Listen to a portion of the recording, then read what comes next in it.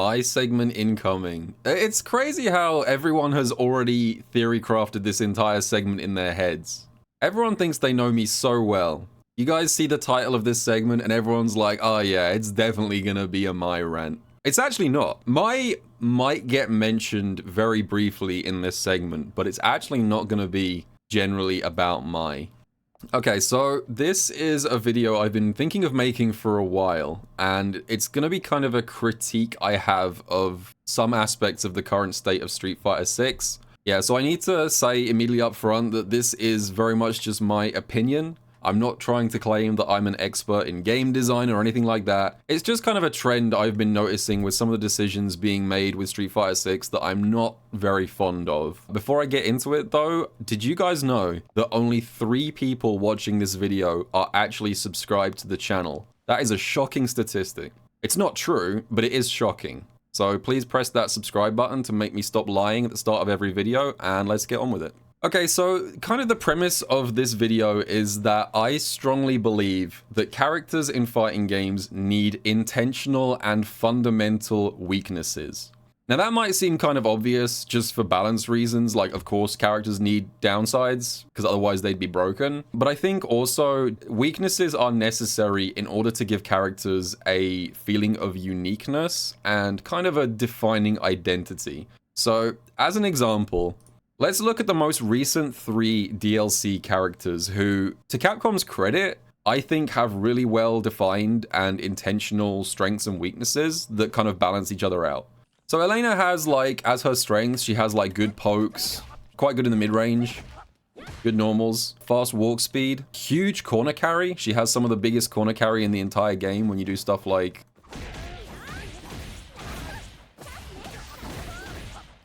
this. Like she can pretty much corner from anywhere very effectively, which is a relatively rare trait in this game. But she also has, I think, some pretty well-defined weaknesses as well. So I think Elena is pretty damn weak to projectiles in this game.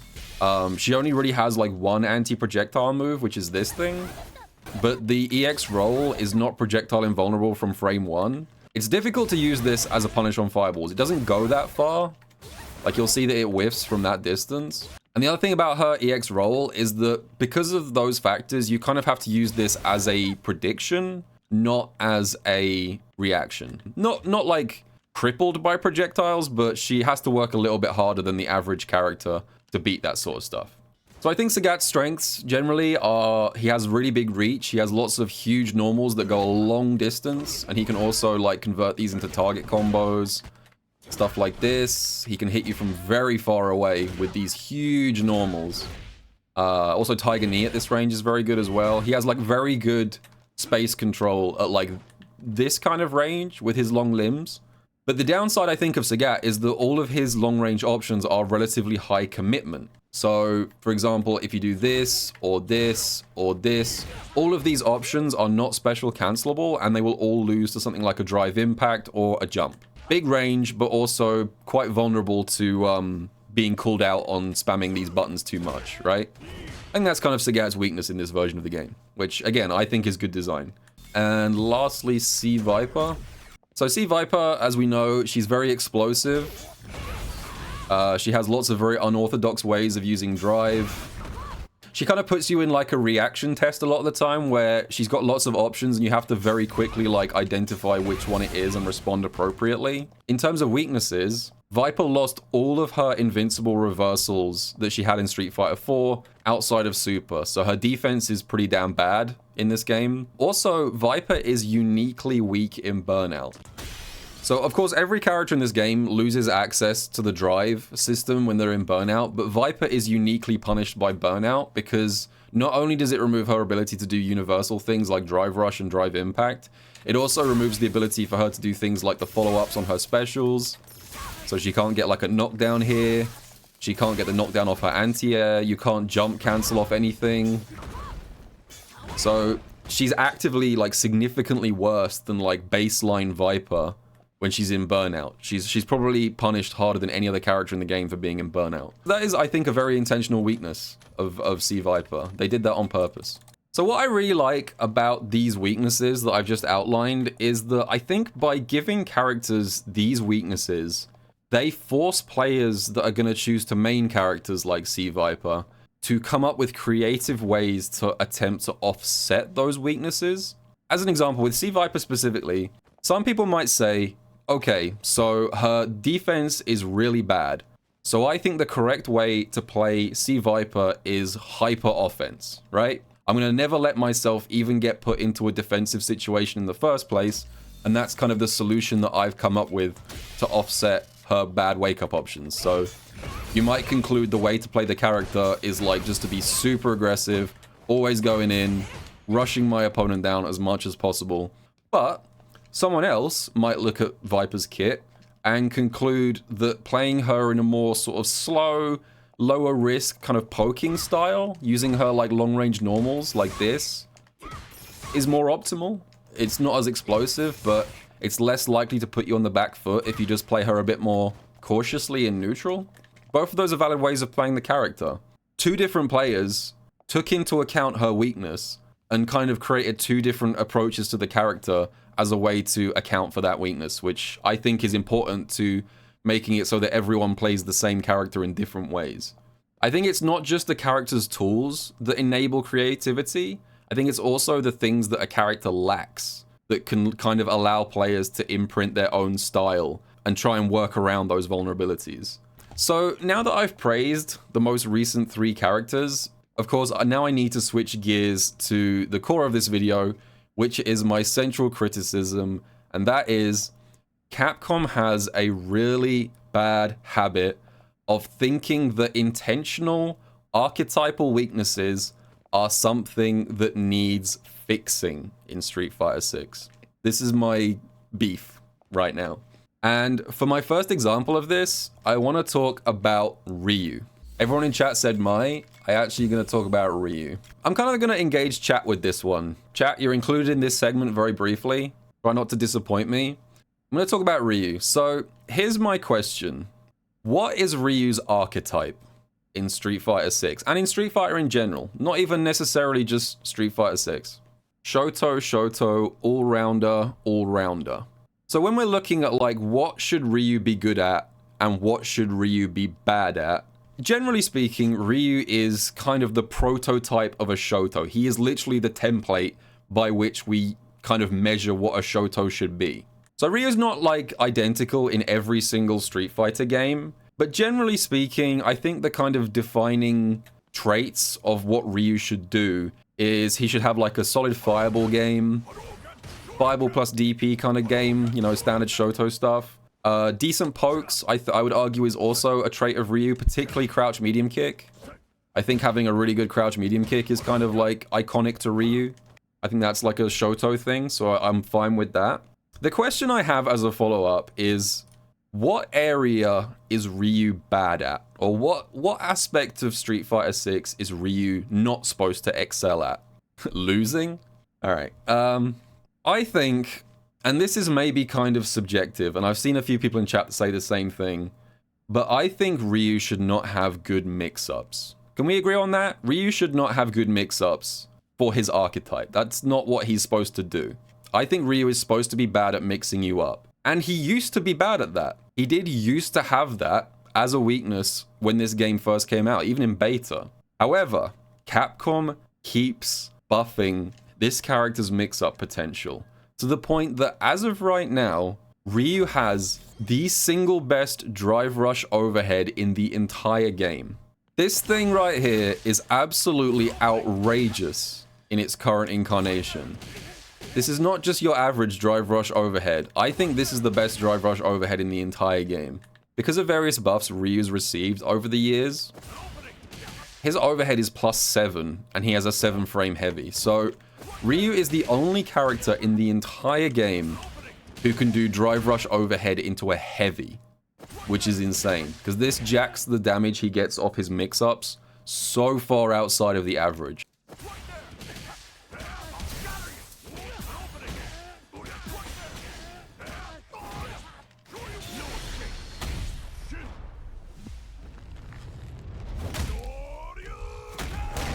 So yeah, if you've got less than like 60% of your health, at any given moment, you are in death's range from an overhead. Also worth mentioning, it's not just the full cash out. Ryu's level 3, if you guys don't know, is only 5 frames startup, which means that he's also, I believe, the only character in the entire game who can link his overhead into level 3 on Drive Rush. This links. This is a completely unscaled level 3. And all you need to perform this is 1 bar of drive. One last thing I should also say, I forgot to mention a minute ago. Ryu's overhead is +3 on Drive Rush. It wasn't always like this. Again, this is a buff that he received at some point. Generally in this game, when characters do Drive Rush overhead, they will be +1, or if they're lucky, +2. His is +3. Anyway, the point I want to make is I just want to highlight the Blaz versus Xiaohai match from EWC Grand Finals to kind of show what Ryu is morphing into. Because, like I said, this is not a case of, like, a thing that you might occasionally use to try and gimmick someone out. Like, Ryu's overhead has now become a core part of his game plan in the current version of this game, which is something I'm very not fond of. So Blaz gets the perfect parry. He gets the knockdown. And then Drive Rush, overhead mix-up. And Xiaohai dies. Now, in the very next round, less than 30 seconds later, this happens. Once again, Blaz is in a pretty risky spot in the corner. Backdashes the throw, but has a huge life deficit. And reset into overhead, and dead. And look at Blaz. Look at Blaz. He knows what he did. Does this look like the face of a man who thinks he got away with murder? Maybe I'm reading too much into this, but I think Blaz is laughing at kind of just the inherent absurdity of taking back-to-back rounds off Xiaohai with Ryu's high-low mix-up. I mean, here's the thing. Xiaohai is the greatest King of Fighters player in history, right? If there's one thing Xiaohai knows, it's defending against high-low mix-ups. And even then, it's still incredibly difficult to not get opened up by Ryu's high-low mix-up. So this is what I'm building towards. Ryu had one area of his kit that I think, as part of his identity, he shouldn't be good at. But I feel like Capcom saw that intentional weakness and they misidentified it as a problem that needed fixing. So now Ryu just isn't really bad at anything. I don't think there's any part of the screen or any aspect of the game plan that Ryu really struggles with in his current version. I'm not saying Ryu is broken or anything. I'm just saying that I don't particularly like the direction he's taking across each balance patch. All-rounders are fine, but the penalty you would usually pay for being an all-rounder character is that you can do everything, but only medium well. But they shouldn't exceed at anything. It's not just a case of being, like, decent at everything. They keep making characters that are really good at everything. So speaking of lacking noticeable weaknesses, I also want to highlight another character. Now, which way will he go? Chat, once again, believes that I'm gonna rant about Mai. And I could. I could talk about Mai. I could talk about maybe JP. I also think has had a lot of his weaknesses completely eroded when they reverted his anti-air back to being godlike. And I mean, it's not a coincidence that a lot of the characters that I'm listing right now, characters like Mai, characters like JP, characters like Ryu, are among the best in the game. But actually, what I want to do here is I want to focus on one single balance change. A change that is probably my most hated balance change in the entire history of Street Fighter 6. It's not even a big change. It's a tiny change that barely made a difference to a single character, but this is my most hated change because of the kind of implication behind it. So that character is Rashid. And it's not going to be his level 2. It's nothing to do with that. So these are the Season 2 changes for Rashid at the end of Season 1. And the part that I'm talking about, my most disliked change in the history of Street Fighter 6 is, well, technically it's 2. So it's this one here and this one down here. Let me explain what these changes are. So number 1, Rashid's run Change transition timing for Backup and Tempest Moon to be 2 frames faster. And number 2, Tempest Moon can now be cancelled into Super Art. When Rashid does his run, which is this thing, double tap forward and hold it, he transitions into the follow-ups, which is that and that, 2 frames faster. And the other change is he can also cancel them both into supers. Like that. And you're probably thinking, like, why, of all the changes to highlight, why would he talk about these ones? So the reason that I hate this change, I think towards the end of Season 1, Rashid was generally considered to be one of the better characters in the game. He was not quite as good as JP or Ken, but I would say Rashid was in contention for top 5. And I think he was a pretty well-rounded character. Rashid could be threatening just about anywhere on the screen. He can do stuff at full screen, and he can do good pressure up close. He's a pretty good example of another all-rounder character. But I felt he had one actual well-defined weakness in Season 1. And that was that Rashid had a slightly difficult time getting around good projectiles. So his mobility is good. He has good mobility. He does technically have a fireball of his own, but it's obviously very slow. You can't really compete with something like Sonic Boom with this fireball. He wasn't super vulnerable to projectiles, but it was a little difficult to use because you had to do this thing very, very preemptively to actually punish fireballs, and it didn't lead to a whole lot of reward. So he did have an anti-fireball move, even in Season 1, but it was one that was similar to Elena's is now. It was kind of difficult to use. I liked this. It felt very much like a necessary aspect of Rashid's overall design. Not a huge glaring weakness, but just a small area of Rashid's kit that was maybe slightly below average. And then this happened. Capcom said, oh, Rashid has a very minor weakness to projectiles? My bad. My bad. We fixed that. That's gone now. They made the run slide better, both at punishing projectiles and significantly more rewarding if you land it. And I hate this change. I think this is a perfect example of kind of the thesis of this video, which is that weaknesses are not something to fix in every case. They are necessary for characters to have an identity. You don't want every character being good at everything all the time. That would suck. But that seems to be something that Capcom keeps doing to characters, and I hate it. So just to finish up, I do want to be clear that I don't think all weaknesses are necessary or a good thing. Sometimes a character's weaknesses can be so severe that they just make a character unviable or just unfun to play.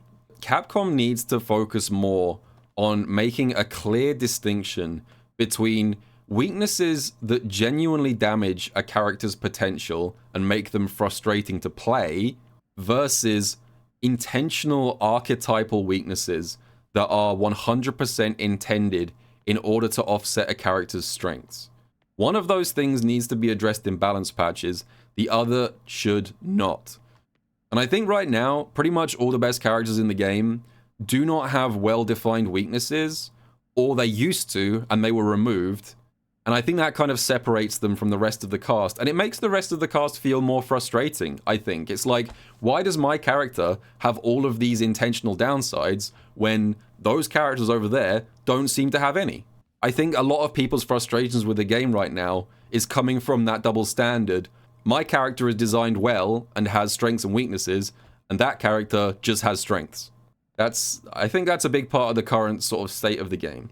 Anyway, let me know what you guys think about this big old yap session, and I will see you guys all in the next video.